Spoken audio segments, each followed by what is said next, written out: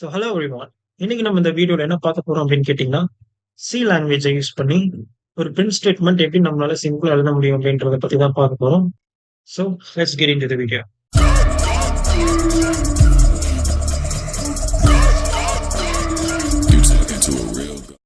First நான் use பண்ணிட்டு இருக்க இந்த சாஃப்ட்வேர் பார்த்தீங்கன்னா விஎஸ் கோட். இந்த விஎஸ் கோட நீங்க இப்போ ஜஸ்ட் கூகுள்ல டைப் பண்ணீங்க அப்படின்னா அது டவுன்லோட் பேஜ் கூப்பிட்டு போயிடும். ஸோ நீங்க டவுன்லோட் பண்ணிக்கலாம். உங்களோட விண்டோஸ்க்கு ஏற்ற மாதிரியோ இல்லை மேக்கு ஏற்ற மாதிரியோ வெர்ஷன் தகுந்த மாதிரி நீங்க ஏற்றுக்கலாம். அதுக்கப்புறமேட்டு உள்ள போனதுக்கப்புறம் வெல்கம் ஸ்க்ரீன்ல நீங்க ஓப்பன் ஃபோல்டர் அப்படின்றத கிளிக் பண்ணீங்க அப்படின்னா உங்களுக்கு ஏதாச்சும் ஒரு ஃபோல்டர் நீங்க ஓப்பன் பண்ண வேண்டியது வரும். அதுல தான் நீங்க பாத்தீங்கன்னா ஒரு ப்ராஜெக்ட்டை கிரியேட் பண்ண போறீங்க. ஸோ நான் வந்து ஏற்கனவே அதை செலக்ட் பண்ணி ஓப்பன் பண்ணிட்டேன். இந்த ப்ராஜெக்ட்ல ஒண்ணுமே இல்லை. ஸோ இப்போ நான் பாத்தீங்கன்னா ஒரு ஃபைலை நியூவா கிரியேட் பண்ண போறேன். அந்த ஃபைல் பாத்தீங்கன்னா ஒரு சி ஃபைலா இருக்கணும் அப்படின்றதுனால ஃபார் எக்ஸாம்பிளுக்கு நான் ஏதாச்சும் ஒரு நேம் கொடுத்துட்டு டாட் சி அப்படின்ற அந்த ஒரு எக்ஸ்டென்ஷனை கடைசியா கொடுத்தீங்க அப்படின்னா அது ஒரு சி லாங்குவேஜ் யூஸ் பண்ணக்கூடிய ஃபைலா மாறிடும். ஸோ இதுல தான் பாத்தீங்கன்னா நம்ம இப்போ சி லாங்குவேஜ் யூஸ் பண்ணி ப்ரோக்ராம் டைப் பண்ண போறோம். ஃபர்ஸ்ட் ஆஃப் ஆல் நம்ம ஏதாச்சும் ஒரு ஸ்டேட்மெண்ட்டை பிரிண்ட் பண்ணணும் அப்படின்னா நம்ம printf அப்படின்றத யூஸ் பண்ணுவோம் சி லாங்குவேஜை பொறுத்தளவுக்கு. அப்புறம் நீங்க அந்த டபுள் கோட்ஸ்ல யூஸ் பண்ணி தான் நீங்க என்ன பிரிண்ட் பண்ணணும்னு நினைக்கிறீங்களோ அதை உங்களால சொல்ல முடியும். ஸோ ஐ எம் நிஷாந்த் அப்படின்றத நான் பிரிண்ட் பண்ணணும் அப்படின்னு நினைச்சேன்னா printf அதுக்குள்ளார டபுள் கோட்ஸ்க்குள்ளார நீங்க என்ன பிரிண்ட் பண்ணணும்னு நினைக்கிறீங்களோ அதை எடுத்துக்கலாம். கடைசியா செமிகோலன் கொடுக்கணும். பட் இது நார்மலா அப்படி கொடுத்தீங்கன்னா இது கண்டிப்பா எக்ஸிக்யூட் ஆகாது. பாத்தீங்கன்னா ரெட் கலர்ல காமிக்குது இல்லையா? ரெட் கலர்ல காமிச்சுன்னா என்ன அர்த்தம்னா ஏதோ ஒரு எரர் இருக்கு அப்படின்னு அர்த்தம். ஸோ இதுக்கு என்ன அர்த்தம் அப்படின்னா ஒரு printf ஸ்டேட்மெண்ட் நீங்க எக்ஸிக்யூட் பண்ணணும் அப்படின்னா அது வந்து ஒரு ஹெடர் ஃபைல் நீங்க அதுக்கான மீனிங் என்ன அப்படின்னு கேட்டீங்கன்னா அந்த ஃபைல்ல தான் ஆக்சுவலா இந்த printf யூஸ் பண்ணா இந்த மாதிரி பிரிண்ட் பண்ணும் அப்படின்றதுக்கான இன்ஸ்ட்ரக்ஷன் எல்லாமே இருக்கு. ஸோ அதை யூஸ் பண்ணாம நீங்க வெறும் printfன்னு கொடுத்தீங்கன்னா அதுக்கு என்ன பண்ணணும்னு தெரியாது கம்பைலர். ஸோ அதனால நீங்க அந்த ஹெடர் ஃபைலை இன்க்ளூட் பண்ணா மட்டும்தான் இந்த printf அப்படின்றது ஒர்க் ஆகும். ஸோ அது ஒர்க் ஆகிறதுக்கு தேவையான லைன் தான் இந்த இன்க்ளூட் ஸ்டேட்மெண்ட். ஸோ ஹேஷ் இன்க்ளூட்னு போட்டு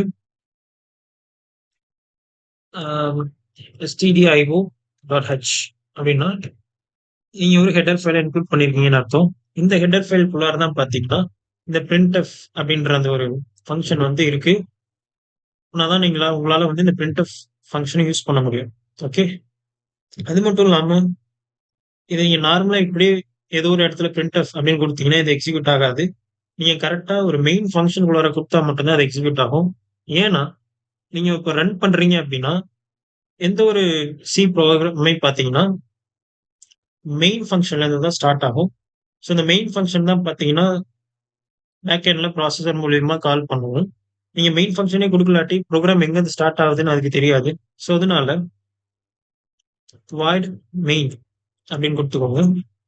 ஒரு ஸ்டார்டிங் ஒரு எண்டிங் இருக்கணும். ஸோ அதுக்கு வந்து கர்லி பிரேசஸ் ஓப்பன் பண்ணி க்ளோஸ் பண்ணிக்கோங்க. இப்போ இதுக்குள்ளார தான் நீங்க பாத்தீங்கன்னா இந்த printf ஸ்டேட்மெண்ட் நீங்க கொடுக்கணும். அப்பனாதான் நீங்க என்ன பிரிண்ட் பண்ணணும்னு நினைக்கிறீங்களோ அது பிரிண்ட் ஆகும். ஓகே, ஸோ இதை கொடுத்துட்டு லாஸ்ட்ல எப்பயுமே செமிகோலன் கொடுத்துடணும். எந்த ஒரு ஃபங்க்ஷனுக்குள்ளார எழுதுறதா இருந்தாலும் சரி. சி லாங்குவேஜை பொறுத்தளவுக்கு நீங்க ஒவ்வொரு ஸ்டேட்மெண்ட்டுக்கு எண்ட்லையும் செமிகோலன் கொடுக்கணும். அதே மாதிரி ஃபங்க்ஷன் ஸ்டார்ட் ஆகுறப்போ இங்கேருந்து ஸ்டார்ட் ஆகுது. இந்த கர்லி பிரேசஸ் எங்க முடியுதோ அங்க வந்து பாத்தீங்கன்னா ஃபங்க்ஷன் எண்ட் ஆகுது. இது நீங்க புரிஞ்சுக்கோங்க. ஸோ இப்போ நம்ம ரன் பண்ணோம் அப்படின்னா ஐம் நிஷாந்த் அப்படின்றது ரன் ஆகும், பிரிண்ட் ஆகும் அவுட்புட் ஸ்கிரீன்ல. பார்க்கலாம் எக்ஸ்பெக்டட் அவுட்புட் என்ன அப்படின்றது வருதா அப்படின்ட்டு. பாத்தீங்கன்னா டீபக் ஆகுது. எல்லாமே செக் பண்ணதுக்கு அப்புறமேட்டு டெர்மினல்ல நமக்கு இங்க ஐம் நிஷாந்த் அப்படின்றது பிரிண்ட் ஆயிருக்கு. Okay, so success. இது மட்டும் இல்லை, நீங்க இந்த மாதிரி எந்த printf ஸ்டேட்மெண்ட் எழுதுறதா இருந்தாலும் எழுதிக்கலாம். ஃபார் எக்ஸாம்பிளுக்கு ஐ எம் 18 years old அப்படின்னு போடுறேன். லாஸ்ட்ல செமிகோலன் கொடுத்துருங்க. இப்போ பாத்தீங்கன்னா திரும்பி நான் ரன் பண்றேன். பாருங்க கீழே வந்திருக்கிறது ஐம் நிஷாந்த்ன்றது பிரிண்ட் ஆயிட்டு அது கண்டினியூஸா நீங்க பாத்தீங்கன்னா ஐம் 18 years old அப்படின்னு வந்திருக்கு. எந்த ஒரு கேப்புமே இல்லாம வந்திருக்கு. ஸோ நீங்க கேப் வேணும் அப்படின்னு நினைச்சீங்கன்னா ஒன்னு இந்த இடத்துல ஒரு ஸ்பேஸ் கொடுக்கலாம், அப்படி இல்லாட்டி இந்த இடத்துல ஒரு ஸ்பேஸ் கொடுக்கலாம். அப்படி நீங்க கொடுக்கும்போது என்ன ஆகும், ஐம் நிஷாந்த்ன்றது பிரிண்ட் ஆயிட்டு அதுக்கப்புறமே ஒரு ஸ்பேஸ் வந்துடும். அதுக்கப்புறமே 18 years old இருக்கும்.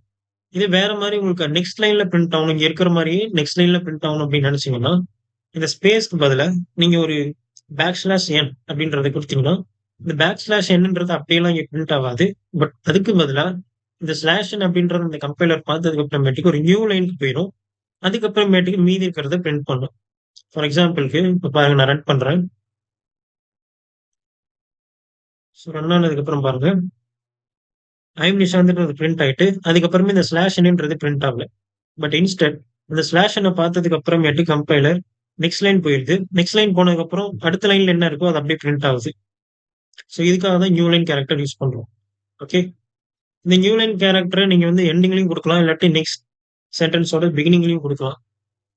எப்படி கொடுத்தாலுமே இது பிரிண்ட் ஆயிட்டு நெக்ஸ்ட் ஒரு நியூ லைன் போயிட்டு மீதி இருக்கிறது பிரிண்ட் ஆகும்.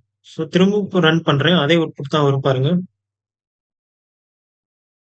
So yeah, I'm Nishant and I'm 18 years old அந்த மாதிரி கரெக்டா வந்துருச்சு. ஸோ இப்படிதான் பாத்தீங்கன்னா ஒரு பிரிண்டர் ஸ்டேட்மெண்ட்டை நீங்க எழுதணும் சி லாங்குவேஜ்ல. அதே மாதிரி ஒரு நல்ல ப்ராக்டிஸ் என்ன அப்படின்னு கேட்டீங்கன்னா, ஒவ்வொரு ஃபங்க்ஷன் முடிஞ்சதுக்கு அப்புறமேட்டுக்கு நம்ம ரிட்டர்ன் ஸ்டேட்மெண்ட் எழுதுவோம். ஓகே.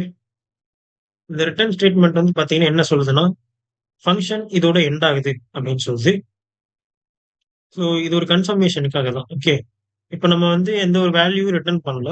இன்னும் சில ஃபங்க்ஷன்லாம் பாத்தீங்கன்னா என்ன பண்ணுவோம்னா, ஏதாச்சும் ஒரு வேல்யூ கால்குலேட் பண்ணி அந்த இடத்துல ரிட்டர்ன் அந்த வேல்யூ நம்ம ரிட்டர்ன் பண்ணலாம். ஸோ இந்த இடத்துல நான் ஏன் வாய்ட்னு கொடுத்துருக்கேன்னா, எந்த ஒரு வேல்யூமே நான் ரிட்டர்ன் பண்ணல. ஸோ அதனால நம்ம வாய்ட்னு கொடுத்துக்கலாம். இதை பத்தி நம்ம இன்னும் டீட்டெயில்டா பார்ப்போம் நெக்ஸ்ட் வீடியோஸ்ல. ஓகே.